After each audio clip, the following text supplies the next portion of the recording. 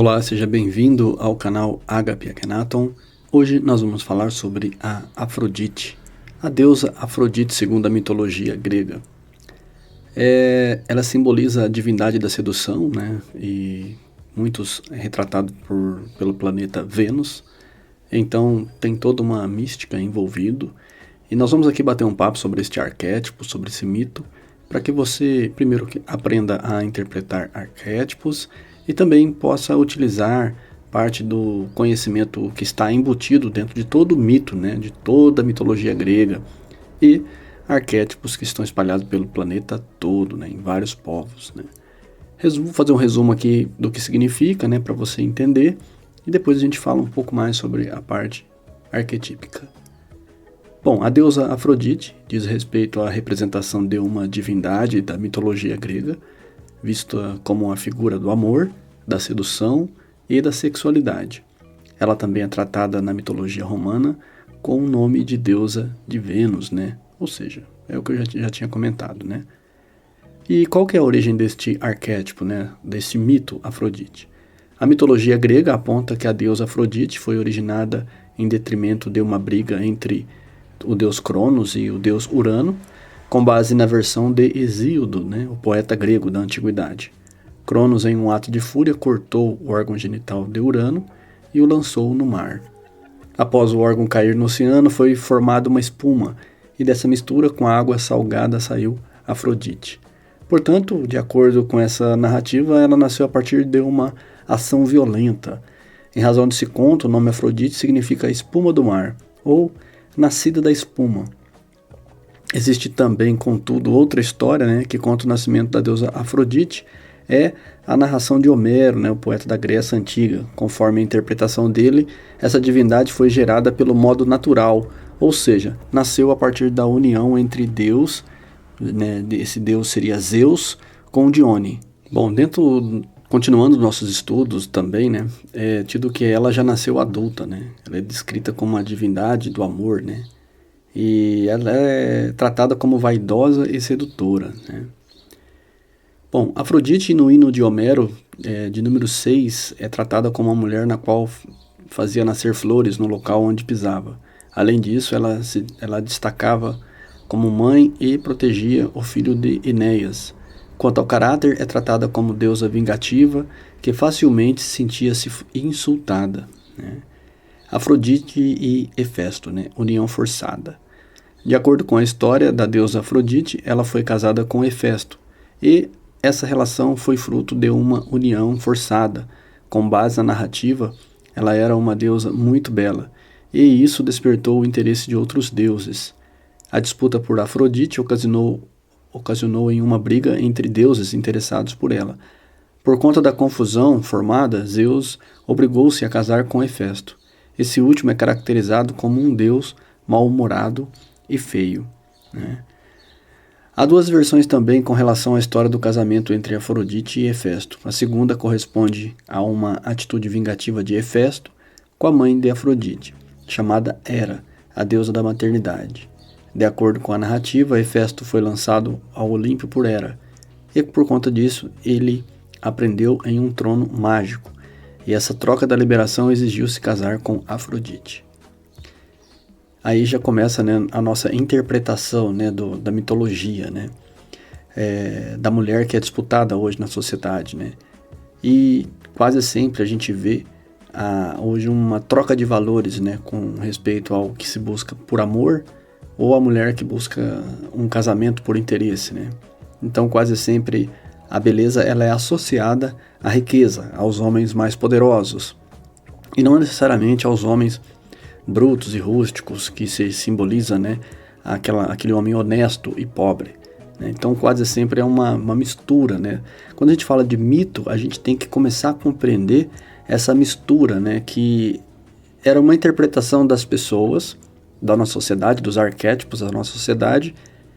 É claro que a sociedade mudou, as coisas se transformaram, mas basicamente os interesses humanos, as tendências, os instintos ainda são os mesmos, né? E aí também no texto aqui fala sobre a separação de Afrodite e Hefesto, né? O casamento de Afrodite com Hefesto chegou ao fim, após ele saber do relacionamento extraconjugal que ela mantinha com o deus Ares, com base nos gregos, né? Afrodite estava infeliz com o matrimônio arranjado e por isso buscou a companhia do amante. Novamente aqui trata da mulher infeliz, que é uma coisa muito comum hoje na sociedade, da mulher que casou por interesse, né?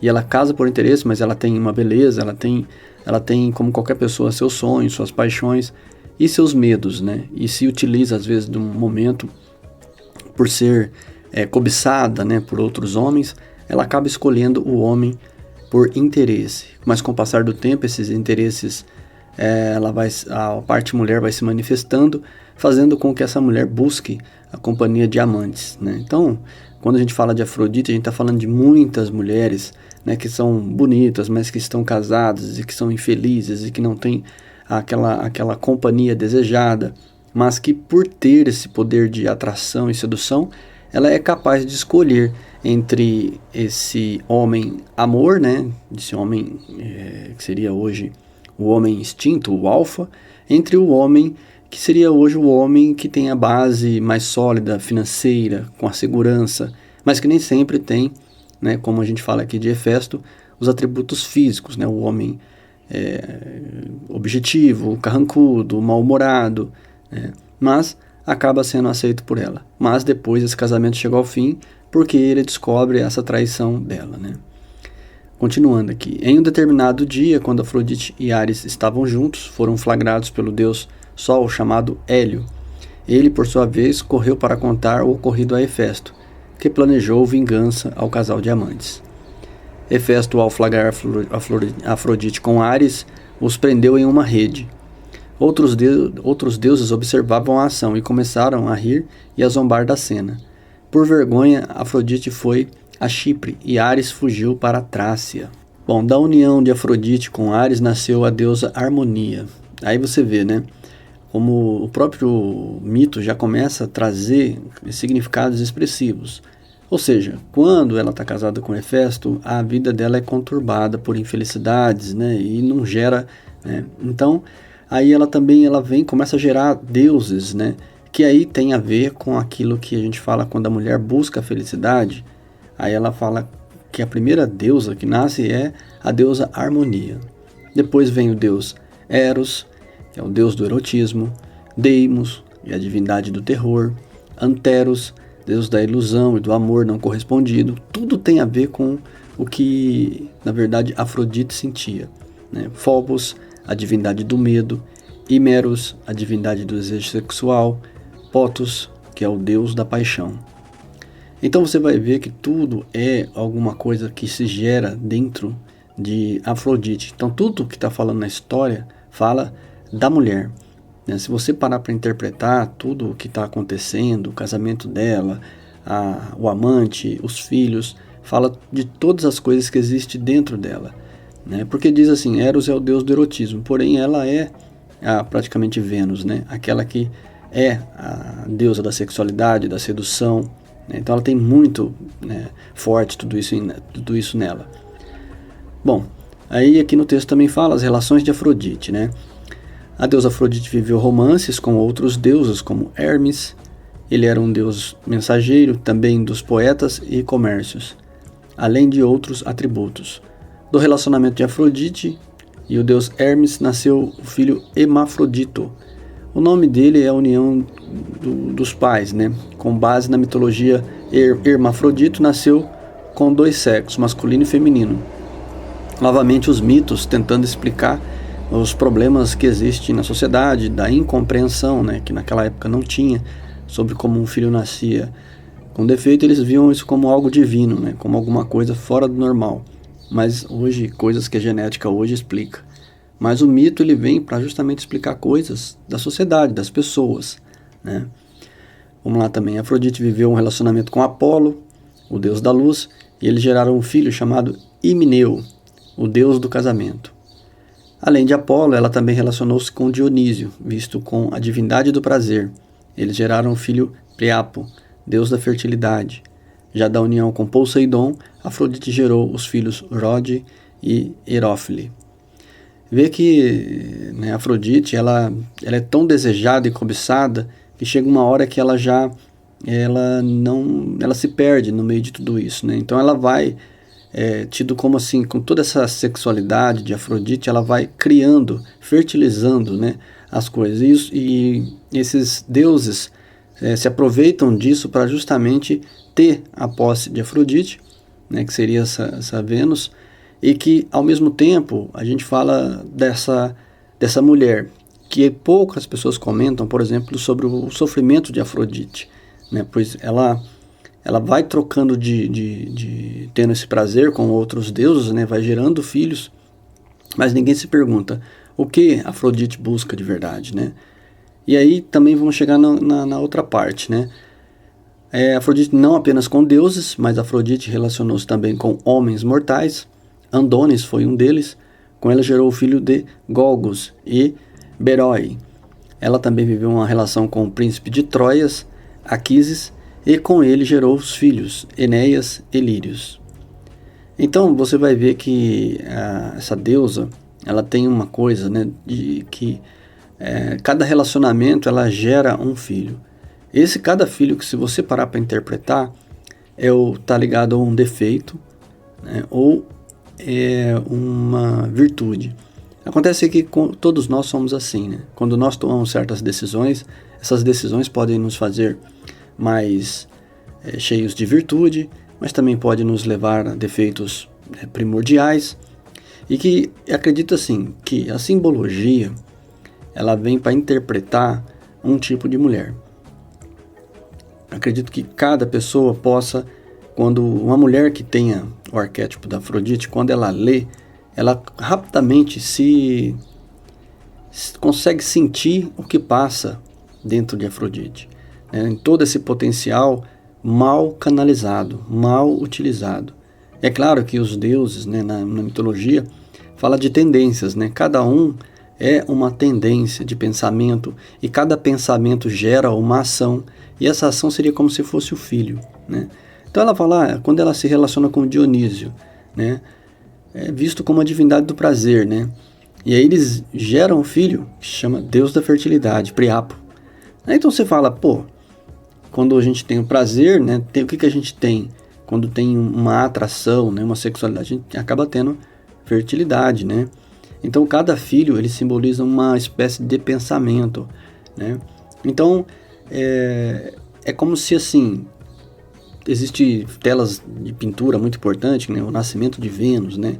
A primavera de Vênus e Marte. Então, como eu sempre já disse, né, tem um livro, as mulheres são de Vênus, os homens são de Marte. Quer dizer, Vênus simboliza esse feminino, né, esse feminino sagrado, potente, né, da potência da criação. E nisso tudo que a gente está falando, não passa nada mais, nada menos do que tudo que se passa dentro da mulher.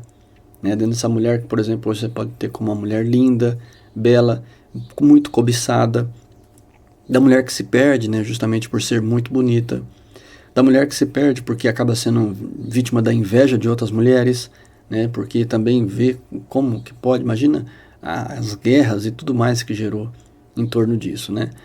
Então, chegar ao ponto, né, da gente entender, quando fala do hermafrodito, a gente entende que tudo falava de problemas psicológicos, da psique humana, né, que estava sempre ali tudo envolvido, né, naquela história.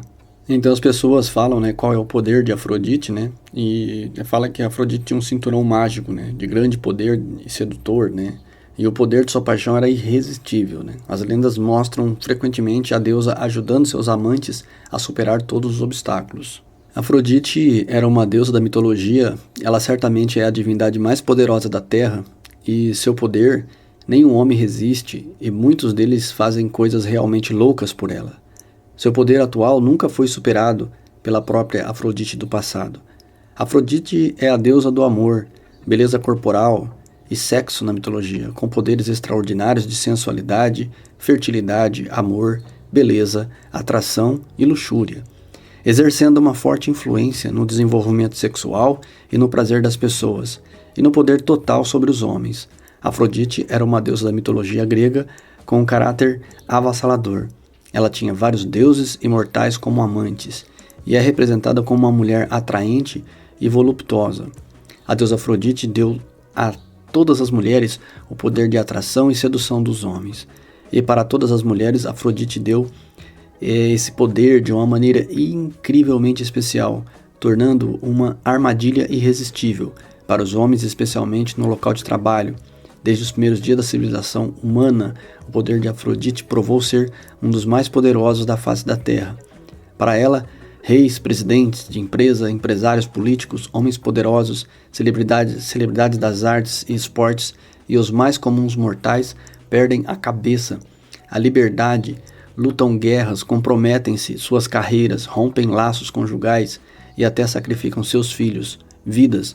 E no ambiente de trabalho, essa verdade está fortemente presente e não raramente interrompe carreiras de sucesso e causa sérios problemas organizacionais de relações trabalhistas. Então, existe uma série de situações baseadas em eventos reais que demonstram como o poder dos arquétipos, né? O poder de Afrodite, né? É capaz de entrar num ambiente de trabalho e, de certa forma, manipular, né? Vamos dizer assim, com os funcionários categorizados das empresas, em particular, cederam a esse poder irresistível.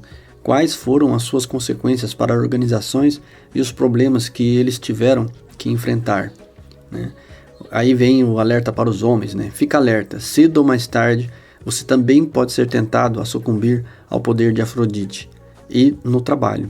Isso pode ser fatal para a sua carreira, para a sua família. No entanto, se você não conseguir resistir, faça isso com consciência dos possíveis prazeres e problemas que estão por vir.